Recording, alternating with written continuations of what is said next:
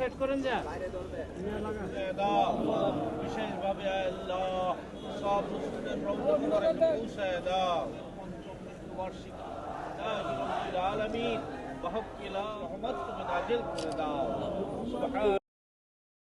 আমাদের নেত্রী দেশরত্ন শেখ হাসিনার উন্নয়নের বিজয়, অর্জনের বিজয় এবং